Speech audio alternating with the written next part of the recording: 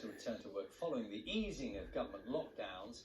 What about those jobs where keeping your distance is not an option? Driving instructors, they've told this programme they're facing huge financial problems. They need clear advice about how to drive their businesses forward, literally. Tim Muffet has more. 2 metre social distancing whilst sat side by side in a car? It's impossible.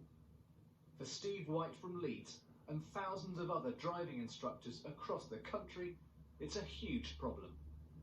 The last lesson that I did was on the 23rd of March, and from that point I've not been able to work since. We've just got no guidance as to what we should be doing and what we shouldn't be doing. We don't want to work if it's not safe, because we don't want to put ourselves or pupils at risk.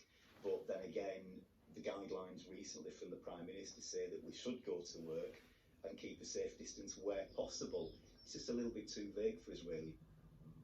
The vast majority of driving instructors are self-employed, so can't be furloughed. Many have experienced a complete loss of income. Some have said the guidance is confusing. Most driving lessons and driving tests are currently banned, but they are allowed for key workers. Although the key worker must be preparing for an essential driving test needed for their job. For Mark Sefton, an instructor from South London, that raises even more questions. You have to wear your face mask, your gloves, you have to disinfect your car every time you finish a lesson and start a new lesson as well. So I was speaking to other instructors, they said you can't hardly talk properly, it's very hard when you're talking behind the mask, and it's quite hard to probably drive with gloves as well, and your hands are all sweaty. So I did it for a couple of days, but in my car and try it out, it was weren't very comfortable, to be honest. Would you give a lesson to a key worker? Probably not right now. I wouldn't do it right now until I know it's a little bit more safer. Mark used to teach around 20 pupils a week, but his income's vanished. Some instructors have suggested plastic screens in the car could help, but Mark isn't convinced. So the idea of a perspex screen in between you and the person having the lesson, it's not really viable. No, definitely won't work. If it's an automatic car, it might be possible, but not for a manual car, because if a pupil goes up the hill or goes to turn left in the wrong gear, we can't then got a hand down to change gear quick enough. The Driving Instructors Association says the industry is facing enormous challenges and an uncertain future. Is the advice you're getting from the government and the Driver and Vehicle Standards Agency clear enough?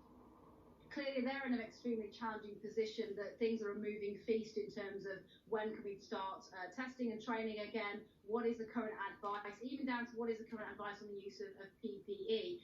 This is one sector in particular that has quite a lot of risk, but driver trainers will be exposed to a lot more risk than a lot of other workers will be when they return to work. If we could get specific guidance from government pertaining to their job, it'll help us get those people back on the road in the safest manner possible. The Driver and Vehicle Standards Agency told the BBC it understood how challenging the current situation is for the industry, but that its top priority is to stop the spread of coronavirus and keep everyone safe.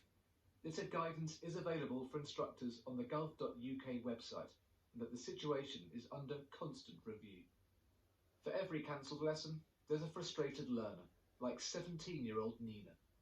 My driving test was supposed to be on the 1st of April, but it got cancelled due to coronavirus. So it's a bit gutting, and part of my family, they're at risk, so it would have been nice for me to be able to go out and do the shopping and take shopping to my nana instead of my mum going out. It's quite tough when I think about paying for more lessons, because I feel like I've forgotten how to drive now. For driving instructors, examiners and learners, the road ahead looks unclear. The industry's pretty much at a standstill. Tim Muffet, BBC News.